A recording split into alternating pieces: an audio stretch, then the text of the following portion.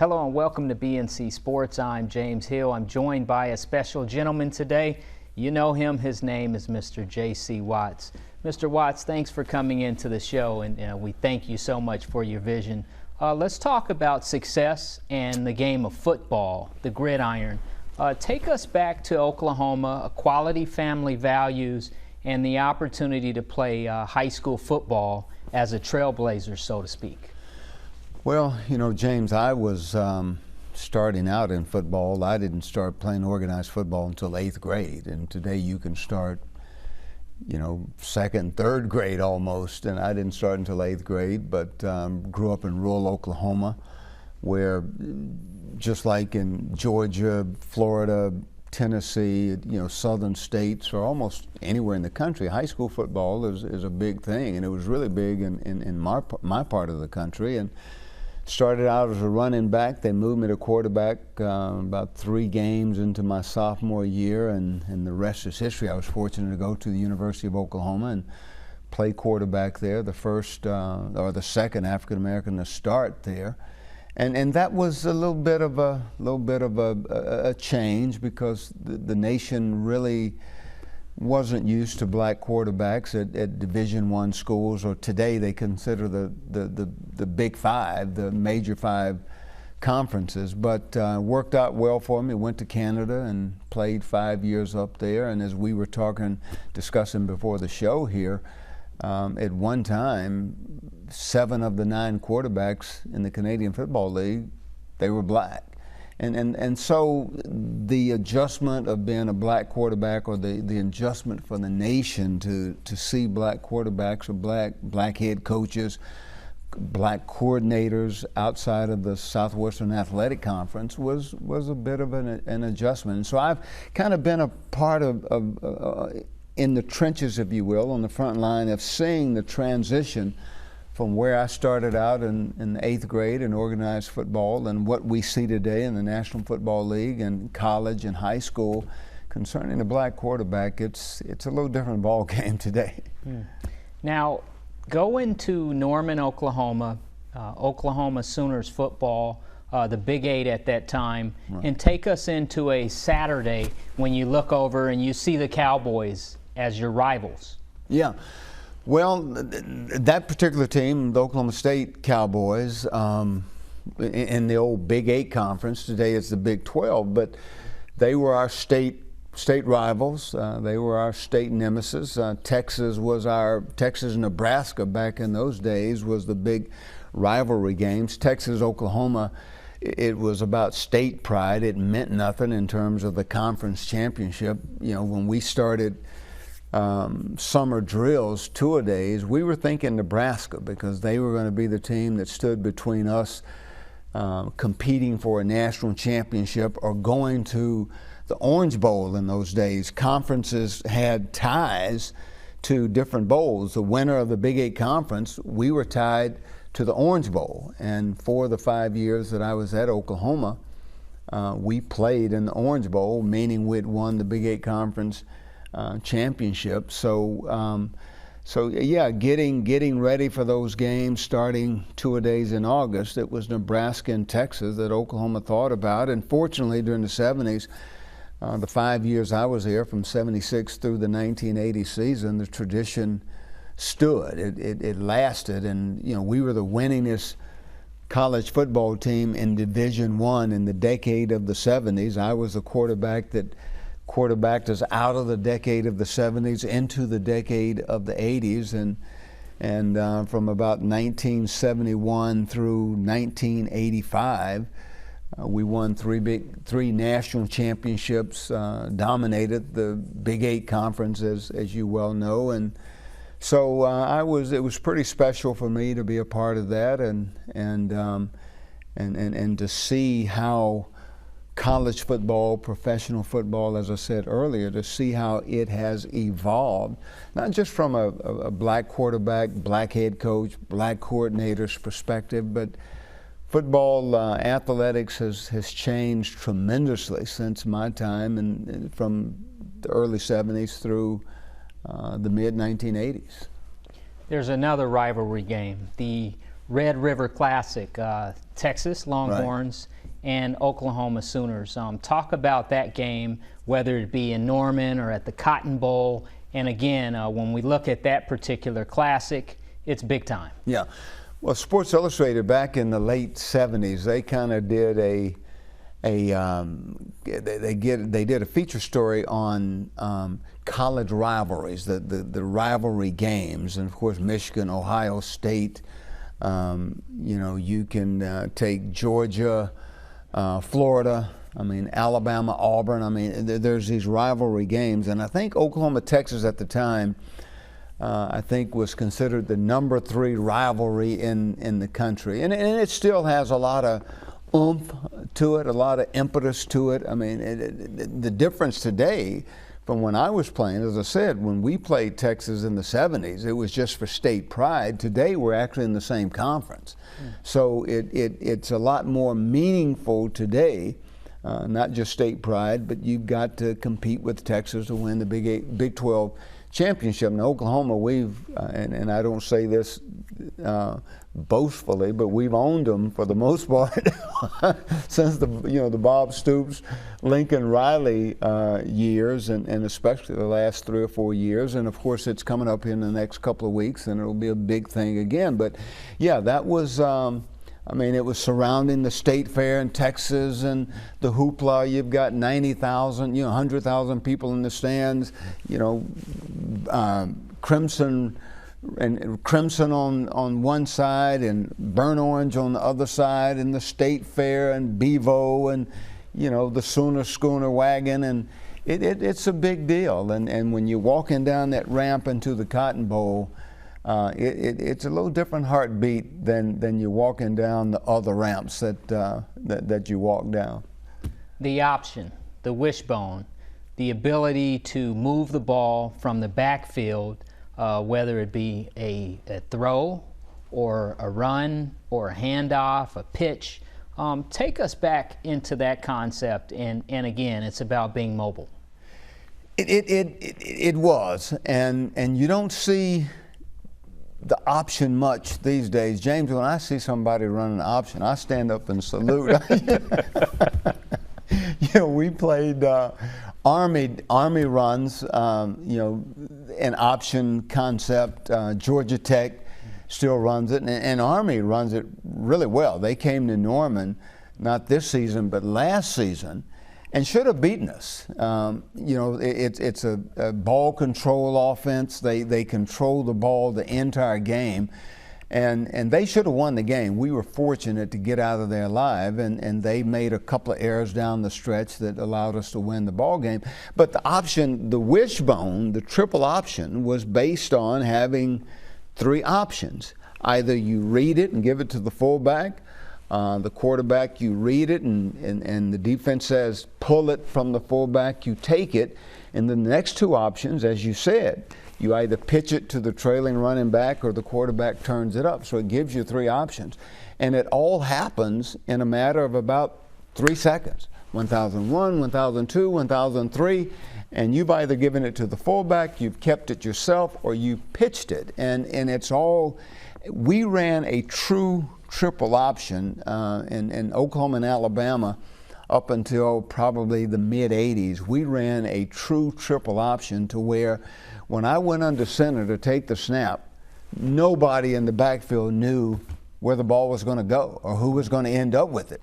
You read it and you give it, you pitch it, or you keep it, and it's like running the West Coast offense today. We were a running offense. The West Coast offense, the RPO, run pass option, that is, it's a quick decision. 1001, 1002, 1003, throw it. That's what the West Coast offense is based on, making quick decisions. You get, a 2-on-1 kind of ratio or a 1-on-1 decision that you allow a receiver to beat the defensive back, or you have a receiver underneath a cornerback or a defensive back, and you have somebody on top of him, and if he comes up, you throw it over him. If he goes back, you throw it underneath him. So the concept philosophy is the same. You're trying to get some type of 2-on-1, some type of mismatch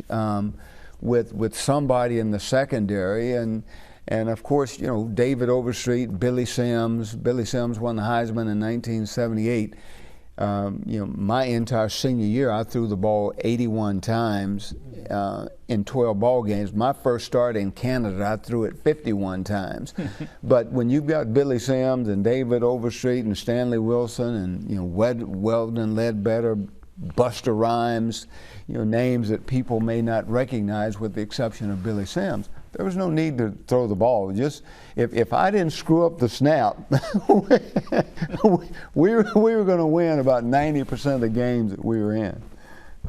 Coaching, that's very important. Coach Switzer, talk about his contribution and what that means to you personally. Well, James, I give Coach Switzer a lot of credit for one thing.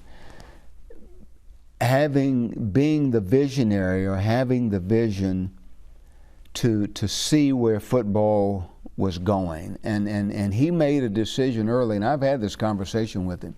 He made a decision early in like the mid-'60s when he was an assistant coach, he and his staff, mid to late '60s, they said, we're going to recruit the best player for every position in spite of their skin color.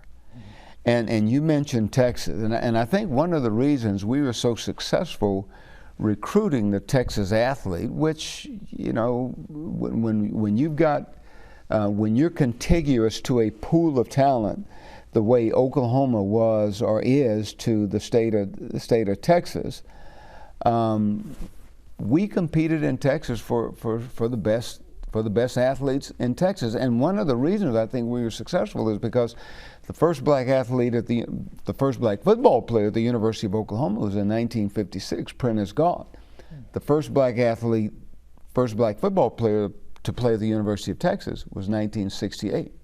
That was a 12-year difference. So we got a 12-year start on recruiting the black athlete. And you know, I guarantee you, those Oklahoma recruiters, when they're sitting in James's front room and they're talking to you, and it's between Oklahoma and Texas, they said, hey, you know, Texas didn't recruit anybody to look like you until 1968. We did it in 1956. Paid tremendous dividends. That's a real fact. That's reality. But Coach Switzer saw the value of recruiting the black kids. Now, the fact that Oklahoma and Texas and the Power 5 schools today started recruiting the black athletes, as you know, the downside of that was schools like Langston and Grambling and, you know, Prairie View and you know, Southern, the HBCUs. They paid a price for that. But Coach Switzer, I think, would tell you that was one of the real keys to his success was recruiting the black athlete. Talk a little bit about Langston University and your perspective on Langston having a bird's eye view, if you will, from inside Oklahoma. Well, you know, Langston, as I think many HBCUs suffer because they're in a state, as all of them are, where you've got the University of Langston, University of Oklahoma. Langston, they're just down the street from Oklahoma State University in Stillwater, probably 50, 60 minutes away from Stillwater. And so Langston, I recognize the value of Langston or HBCUs, period, because there was a time that people that looked like us, they could only go to Langston. They could only go to Grambling. You know, I grew up kind of having, you know, understanding the value of HBCUs. It wasn't until 1971 that I kind of honed in on Oklahoma University. They had the game of the decade. Rich Glover and Jerry Taggy played for Nebraska, and Jack Mildren and Greg Pruitt played for Oklahoma. And you had number 1 and number 2 in the country. Nebraska number 1, Oklahoma's number 2, same conference. They played in the game of the decade in Norman, and I remember watching that game.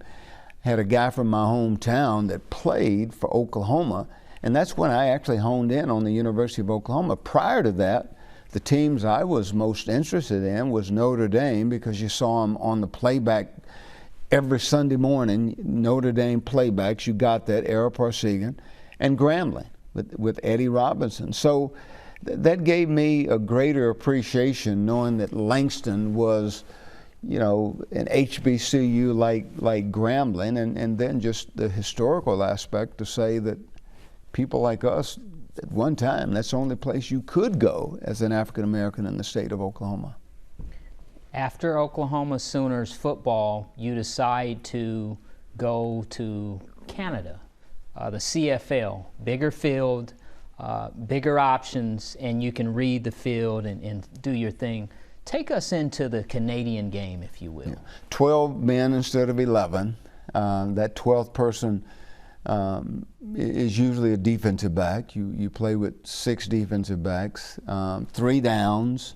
It's Canadianized like that. 3 downs, as you said, longer field, wider field, 25-yard end zone, not just a 10-yard end zone. They have a 55-yard line because the field is 110 yards long, 63 yards wide.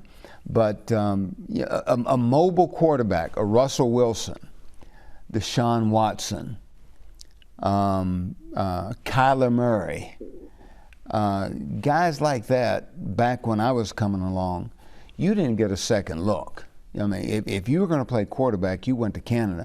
Now, with me, I think there was an out with most coaches, although I could throw the ball. We didn't throw the ball at Oklahoma. We ran the wishbone. As I said, I only threw 81 passes in 12 games. That's an average of what, a little under 7 passes per game, about a little over 6 passes per game.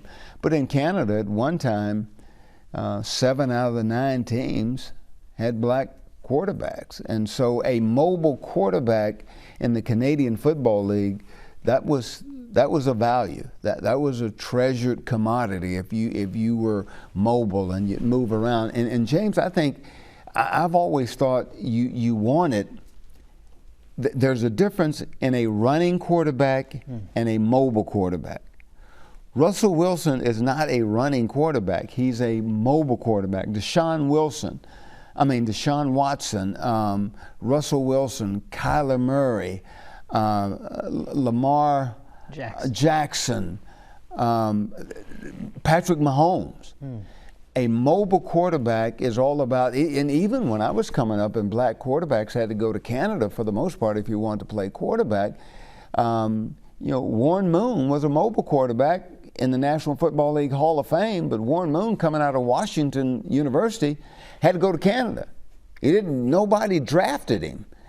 He went there and played up there for 6 years and came back and ended up in the National Football League Hall of Fame. So Canada gave mobile quarterbacks an opportunity. I remember Cincinnati came down for our senior day back then, and I asked him, I said, Forrest Gregg was the head coach, and I asked him, I said, what's the chances of my playing quarterback? He said, your best chance would be to go to Canada. And he was being honest and transparent. He said, your style is better suited for Canada. But the National Football League wanted those, prototype quarterbacks, 6'3", 6'4", 6'5", stand back there in the pocket, drop back in a 60 protection, and you're reading defenses and throwing the ball downfield. But mobile quarterbacks, you move around, you buy time. Just look at Patrick Mahomes, Russell Wilson.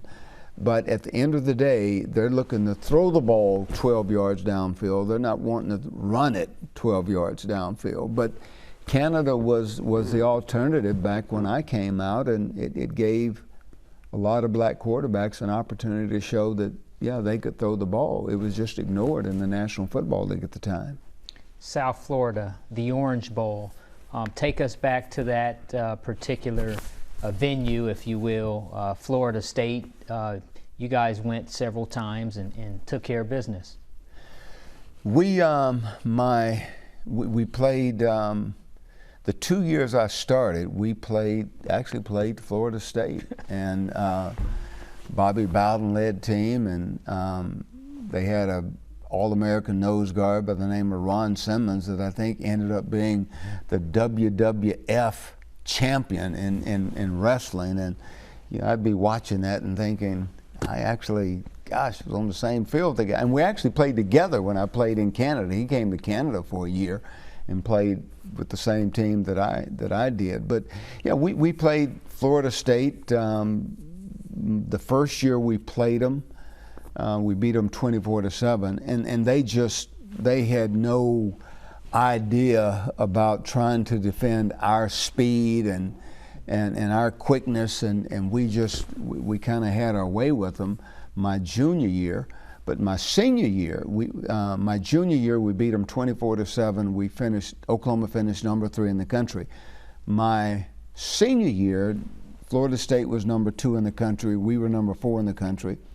And Coach Bowden had his team a lot better prepared to deal with the wishbone and the option offense. And actually, the last drive of the game,